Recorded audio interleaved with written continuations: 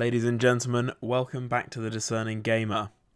Today we're going to be talking about the Dawn of War 3 multiplayer and the rather broad changes that Relic have made to it. Recently we've got a lot of insight into Dawn of War 3's multiplayer, and for me it's the most important part of the game because it's what gives the game its legs in the long term. Broadly speaking, there's been a real negative reaction to what the community have seen so far. I'd say the main gripes are that there is only going to be one game mode on release. That's the Power Core game mode, which we'll go into later. The art style and the animation system in the game have drawn a lot of flack. The changes to the cover system and arguably the lack of the cover system that we'd recognise from Dawn of War 2 at least. The way that elites are being handled in the game, and also the map design. I'm sure there are more, but I would say that these are the main ones that I've seen come up again and again. And I'd say that these elements are basically being bundled into a singular complaint, and that's that Relic are turning Dawn of War 3 into a MOBA, or have borrowed too heavily from the MOBA formula and taken away from the essential nature of the Dawn of War franchise. So with this in mind, I wanted to take a look at the claim that Dawn of War 3 is a MOBA, or has been MOBA-ified, as it were. So let's talk about what makes a game a MOBA. And for the sake of simplicity, we'll look at the three most popular ones out there, which would be League of Legends, Dota 2, and Heroes of the Storm. If we look at the broad game design elements or themes that permeate them all, we can boil that down to the player controlling a single character or a small group of characters and attempting to increase their power over the course of the game by leveling up and equipping items. The map is generally split into 3 lanes with routes between those lanes at various points. The objective is to destroy your opponent's core structure, and you make it vulnerable to attack by destroying a series of increasingly powerful structures that defend it. Also, typical MOBAs are 5 versus 5. In MOBAs, you usually gain resources every second, but the core income comes from killing enemy units, whether they're AI or player controlled. And this leads on to a important core fundamental of MOBAs, and that's that they're basically won by constantly accruing marginal advantages over your opponent, whether that's denying them from farming your creeps, reducing their gold income by killing them, or increasing your own. It's generally about being more efficient than your opponent at lots of little things over the course of the game. So I think that is a pretty broad but accurate definition of what a MOBA is and how it plays. So let's look at the changes to Dawn of War 3 with that definition of a MOBA in mind. So first thing is the change to the Power Core game mode. So that is basically been straight lifted from MOBAs. We've got a single Power Core building, which if it's destroyed, you lose. In order for your opponent to destroy your Power Core, he has to destroy a series of increasingly powerful turrets. So we can say, without a shadow of a doubt, that idea has been lifted from MOBA games. And potentially in support of this game mode, it looks like the map design has been heavily influenced by MOBAs as well. For example, look at the map that we're seeing on screen now. It's very distinctly divided into 3 lanes of attack between the 2 players on either side, and there are a number of sort of offshoots and smaller pathways that allow you to move between the main highways of travel. The only slight caveat there being that we've only seen 2 or 3 maps so far, so it might be the case that this isn't emblematic of the map design in Dawn of War 3, and in fact the devs have just put out some more simple maps for the purpose of beta testing to encourage as much fighting or stress testing as possible. So the other final trait I would say that Dawn of War 3 has borrowed from MOBAs is perhaps more of an emphasis on marginal advantage. So of course those are already present in RTS games, whether it's having better micro and engagements or squeezing out more econ or macro as you go through. However, here we see things like, for example, the first generator objective actually gives you more requisition for controlling it. So when you destroy your opponent's shield generator, you functionally get more requisition income than them if yours is still standing. But this might be as a point of balance, because of course these objectives give the defender an advantage, whether it's via the shield or the fact that it's a turret, and you're likely to lose a lot of units, or at least more units than your opponent when taking this objective out. So it might be to balance that out and give you a income advantage to replenish your army. Otherwise it would always kind of be tit for tat. I kill your generator, lose my army, you take what's left of your army and kill my generator, sort of thing. So there's that balance to consider too. Anyway, back on topic, do these changes make Dawn of War 3 a MOBA, and are they to the game's detriment? So, to answer the first part first, I think the best way to look at this is to imagine a hypothetical MOBA player, a veteran who's never touched an RTS game before. If we sat him in front of Dawn of War 3, would he be able to understand the game quickly and engage in all of its features without much explanation, as he would if, for example, he was moving between Dota 2 and League of Legends? The answer is obviously no.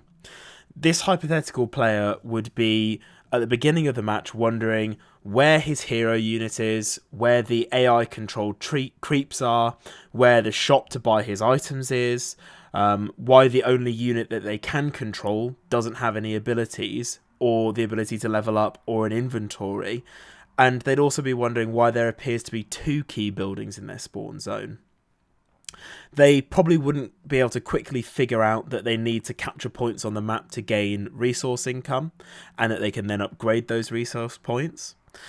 They wouldn't realise that in order to push the enemy base, they need to construct and control the pushing units themselves, and that they need to manage a base, build a range of buildings, upgrade their units. And they'd also have to manage a choice of elite characters rather than a single hero. And there's also the detail that these characters don't level up. So obviously this hypothetical player is just a device to expose the differences between Dawn of War 3 and a traditional MOBA in the vein of LoL, Dota 2 or Heroes of the Storm. But I think it makes the point abundantly clear. Dawn of War 3 is not a MOBA. I think a lot of people in the community were initially not happy with the art style and perhaps the decision to change or remove the cover system, depending on how you want to look at it. And as a result, they already started off with a negative bent towards Dawn of War 3. And now seeing, I suppose, 3 reasonably MOBA-ish features in the game, they're kind of not really thinking about it objectively and going balls out and just calling it a MOBA, when in fact that's just not the case. Also, to point to the elite characters and say, oh, well, it's just like heroes from MOBAs. Well, yes, it is, but Dawn of War 3 is not the first game in the series to employ the use of powerful hero units. In fact, that started in Dawn of War 1, and through base upgrades, those heroes could have very powerful and numerous abilities. Way more abilities, in fact, than we see the heroes having in Dawn of War 3. Now, on to the other part of the question. Has the limited adoption of some MOBA elements made the game worse?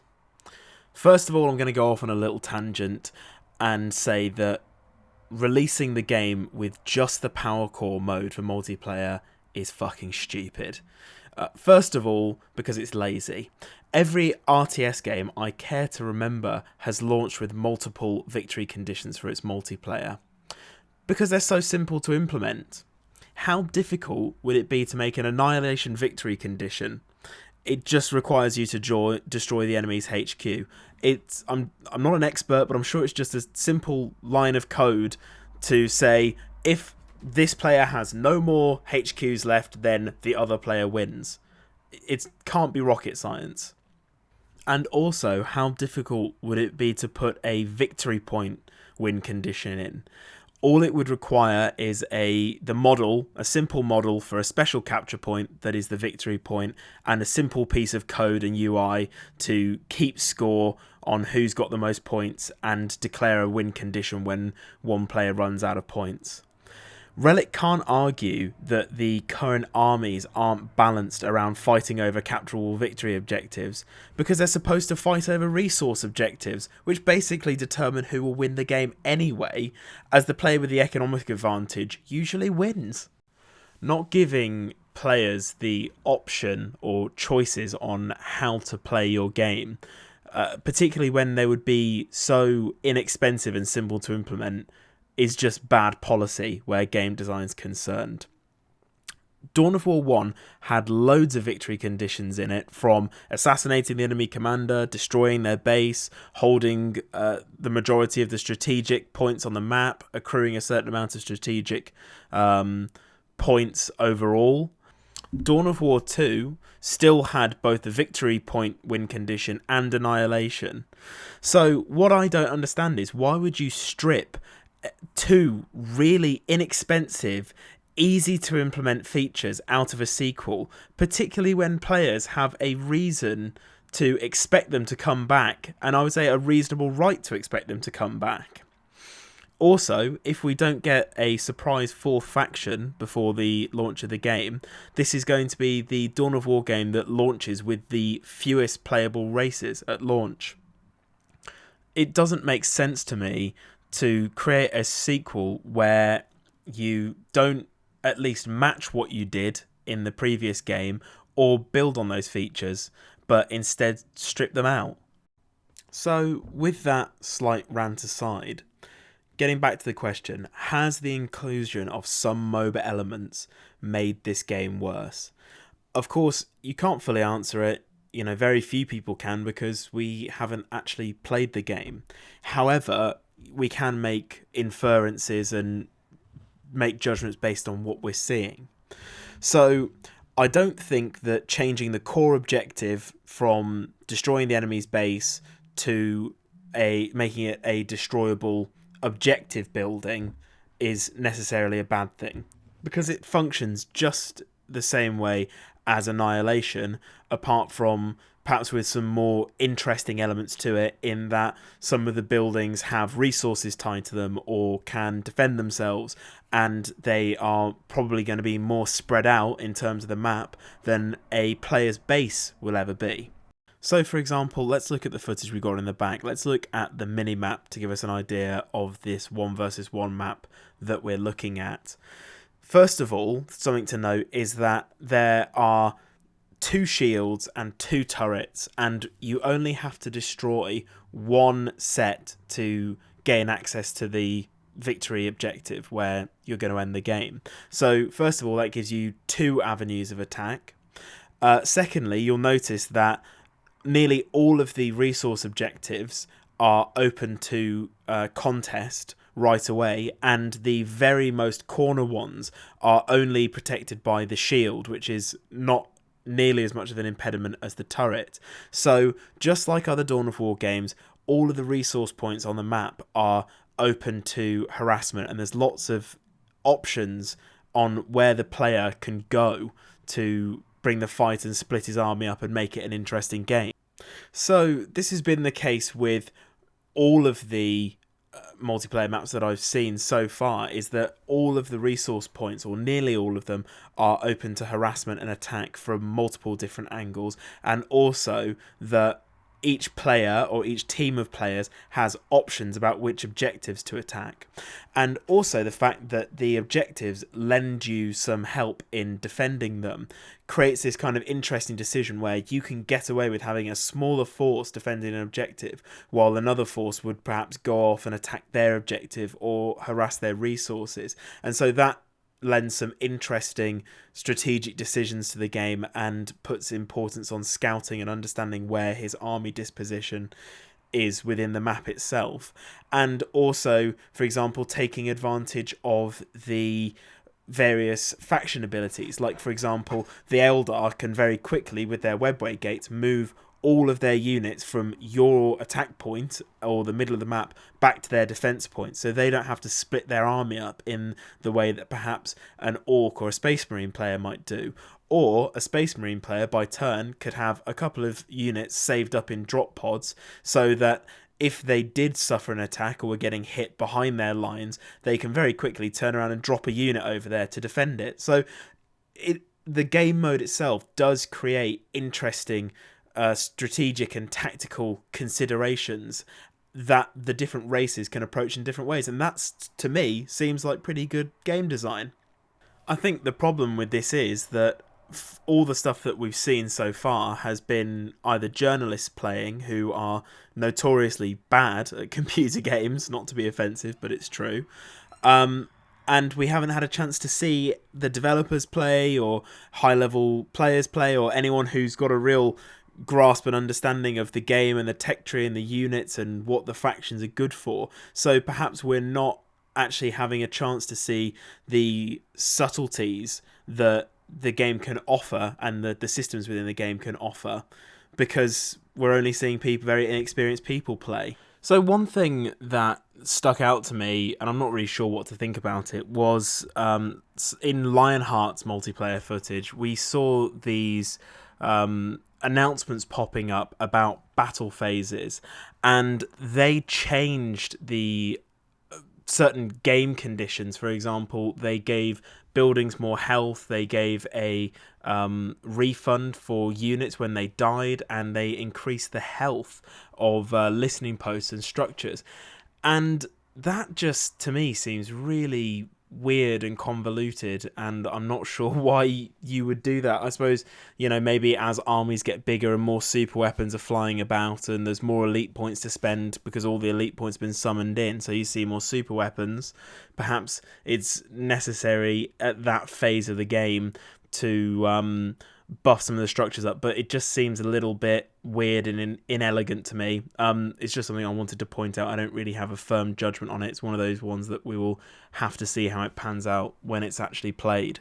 So my opinion on Power Core, based on what we know now, is cautiously optimistic. I can see the virtues and why it could be good, and I think that people are overreacting and seeing it as some sort of crazy divergence from what we've seen in the series so far, when in fact it seems to fit quite well. And I think that people are looking at superficial elements and not actually paying attention to how it's going to work in practice. The element that I'm most concerned about with Dawn of War 3 is actually the map design. In Dawn of War 2, we saw maps that broadly had 3 routes through them, left, centre and right. And that would usually be split up based on where the resources were, where the victory points were. In Dawn of War 3, we see maps that are not only split up like that, but rather than being carved out of a single chunk of land where you can easily traverse to all the areas around the map just by walking to them, we actually see maps that have got rectangular lanes that are split apart by impassable obstacles, whether it's a pit or a crevasse or lava or whatever it is in between them. And that, to me, is of concern because it limits the potential movement of the player and his units and their path of travel through the map. It means there's less room for ambushes, there's less room for dancing ranged units away from melee units. There's just less, to me, there's less places that you can express skill and finesse and micro within the map when it's designed in this way. I am noting, however, that the maps seem to be quite a lot bigger in Dawn of War 3 than they are in Dawn of War 2. So that means that even though we do have these kind of lanes set up, the lanes are themselves quite wide. So it might be that we are able to do that kind of micro within that space, or that the way the game plays out, that the micro and the way we're expressing skill with our units works well in the confines of those lanes. But that remains to be seen. We've also got to remember that we've only seen 3 maps out of who knows how many on launch, so it might be that for beta participants, Relic simply had them put on fairly straightforward maps that were going to ensure a lot of conflicts and straightforward fights to get them used to the game's new systems, or ensure a certain level of stress test or something along those lines. So we need to take this skepticism with a pinch of salt as well. So where does this leave my opinion and my feelings, at least until I'm actually able to play the game? Map design is my biggest concern. I feel like it might be too constrictive and limit how the player is able to kind of express themselves in terms of skill and micro. I think that the new game mode is fine and could in fact be quite good, as long as the battle phases don't screw things up. And of course, the new game mode, although it is obviously taken from a MOBA, it doesn't make the game a MOBA.